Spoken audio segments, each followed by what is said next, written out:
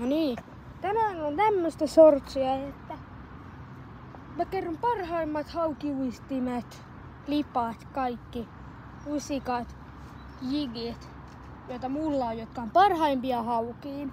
Ekaksi on tää Kuusamon Professor ruohikouistin, tämmönen, just tämä väri, tää ahvenen väritys.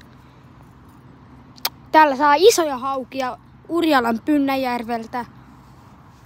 Sitten tulee tämmöstä, ei oo mitään hajua mikä tää jigin nimi on, mutta tämmönen jigi, joka löydettiin tai saatiin rannalta. Ja sitten tällähän tuli ihan aika hyviä haukia. En mä muista oikein.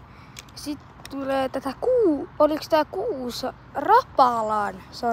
Rapalan tämmönen ruohikovuistin kympin. Tääkin on tosi hyvä Pynnäjärvellä. Sitten löytyy tämmöstä taimenen väritystä, joka toimii silti. Vähän pienempi hauki. Ai.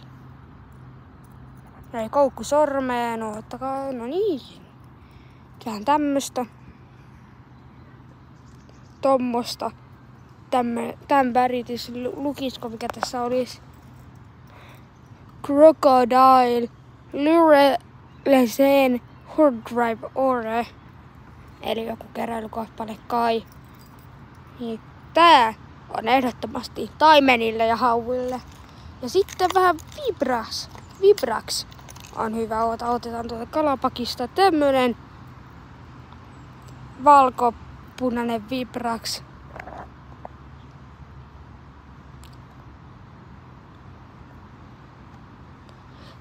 Tämmönen ihan täydellinen Vibrax. Tää kannattaa olla. Tää on nyt oikeinpäin nytte. Tämmönen. Ja sitten tää lippakohta Vibrax on tämmönen. Tää on täydellinen. Tällä saa myös. Ei niin isoja haukia, mut silti haukia. Ja täältä. Mikä tää oli? Mikä tämä oli? Lammikuista saa hyviä haukia. Niin sanotusti. Tässä oli tää.